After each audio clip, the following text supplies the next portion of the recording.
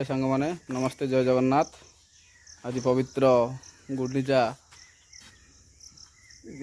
अवसर रे आज आम मठरे किसी नड़िया गछ चारा करूँ नहीं आज पोतबू वृक्ष ही जीवन। आज नड़िया गछ पणुस गछ भी आसी किसी लगे आंब चारा परदिन आमर 50टी पड़ी मत तारिखर बर्तमान बिची आमर चारा ताड़ुंट से पड़ो सांग मैंने यहाँ आमर आगु नड़िया गछ पड़े बोली गात खोलाई थिला।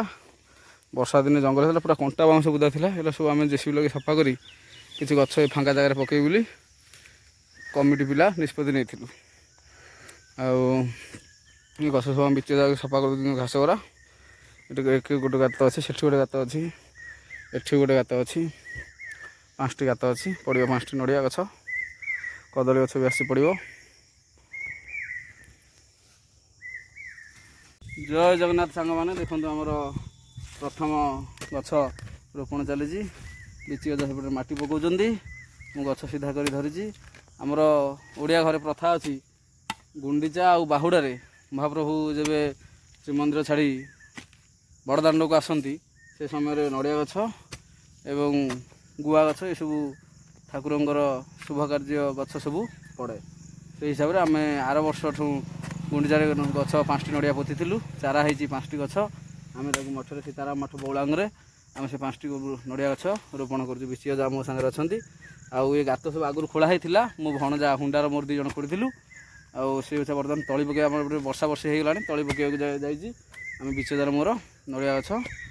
लगो एमती आम धाड़ी में पूरा 5टी नड़िया गछ पड़ो। जय जगन्नाथ सांग मैंने देखु फाइनाली आमर 4टी नड़िया गछ पोता होगा आउ गोटे गछ अच्छी सेपटे आम गोटे गात खोला सेपटे पड़ो एपटे आउ जगह ना सेपटे जंगल पूरा सफा होनी वर्ष जी सफा होता से अनुसार गछ आम जी जगह बाहर पकईचु एपट साइड जो आगे ये सब सफा कर कदली गछ पकेबू एपटे सब सामना सफा सब लगे रोड कटा फुल गछ 2टा गछ ये 2य नड़िया गछ तो टांगियाटा अजान यहाँ 3य गछ आठ जोड़ा देखा से 4थ गछ सांग मैंने कमेंट करी कहे कौ मैंने आज सब श्रीगुंडीचार निज बारी रे नड़िया गछ पकाउंट आउ गोटे कथा कहे नड़िया को आउ क्यों फल रूप जानती।